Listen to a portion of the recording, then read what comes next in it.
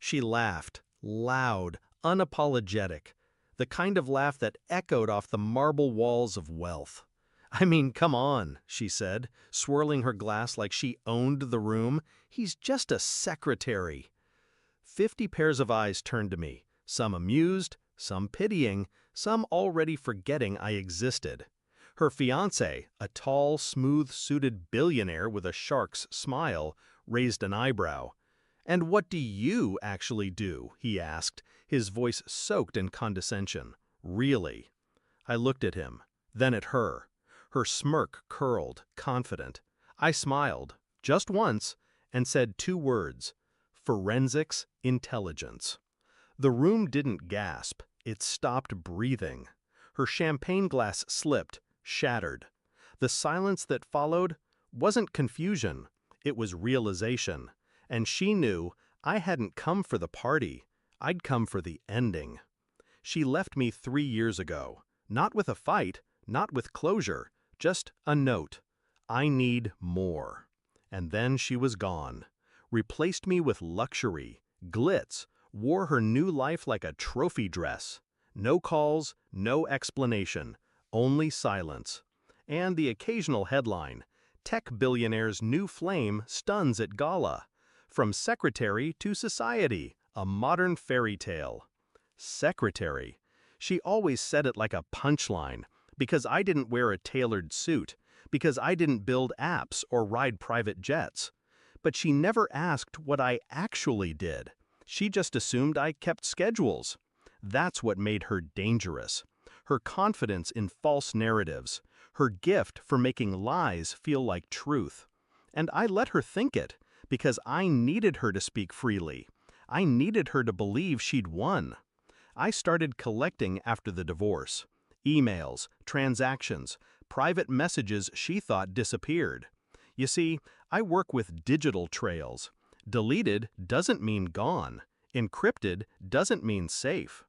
The day she served me with divorce papers, I mirrored her phone, cloned her cloud. She never knew. And what I found wasn't just betrayal, it was coordination. She hadn't left me for love, she'd left me for leverage. She used our marriage to gather intel, names, contracts, blackmail material, sold it to her new fiancé's competitors. She was his lover and his liability. But she thought I was just the forgotten man in the shadows, the footnote, the nobody. That's the thing about secrets. They feel safe when they're buried under arrogance. But I was patient, methodical, and I built a dossier with teeth. I traced the wire transfers, found the offshore accounts, linked her burner phones to VPN masks. She left breadcrumbs like lipstick on a collar, bold, sloppy. And I wasn't the only one watching. Corporate counter intel had flagged her name. She was on a list, just a whisper away from legal exposure. All it took was one meeting. I offered them context, and in return, they gave me access. The kind that came with badges, clearance, unfiltered data.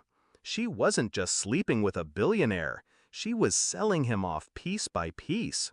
She thought I was nothing, but I was the reason she was still off the grid. I'd been covering her tracks, not out of love, out of design. Because once she was exposed, I wanted it to be me standing there, pulling the curtain back.